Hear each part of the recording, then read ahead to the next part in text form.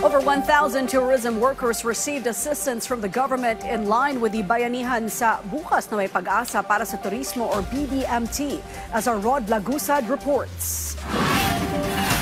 For nearly a decade, Irene has been a tour guide at Mother Falls in her hometown of San Luis in the province of Aurora. She said that earnings have been low lately because of the rainy season.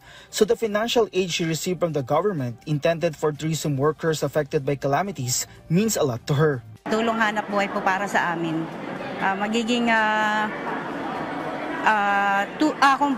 dagdag puhunan po namin para sa aming magiging negosyo po. Siguro po sir, invest ko po sir, sabi ko, makabili po ako sir na isang baboy para po mapaunlad ko po ng mahaba yung pinabahagi sa amin na tulong puhunan. Irene is just one of over 1,000 tourism workers who have received assistance. This is part of the Bayanihan sa Bukas na May Pag-asa para sa Turismo or BBMT, a program of the Department of Tourism and the Department of Social Welfare and Development. According to President Ferdinand R. Marcos Jr., this program aims to support the tourism sector, especially the workers who depend on it. The program also includes training for tourism workers. Magsasagawa ng training ang Department of Tourism para sa mga interesadong magkakaroon ng bagong kabuhayan. Kabilang dito, mga beads, mga artwork training, paggawa ng pastry, fun farm tour product development, tourist reception seminar, at iba pa.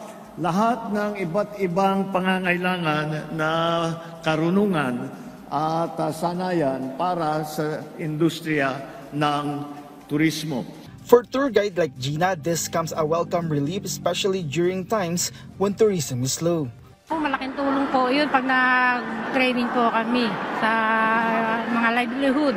Yun po, malaki po tulong po sa amin. Lalo na nga po, ngayong panahon na ito, bukas sara po ang falls kasi pag minsan po malakas yung ulan. Tapos pag may low pressure po, yun, mag-low close. According to the President, a total of over 2,800 tourism workers have received financial assistance and training under the program.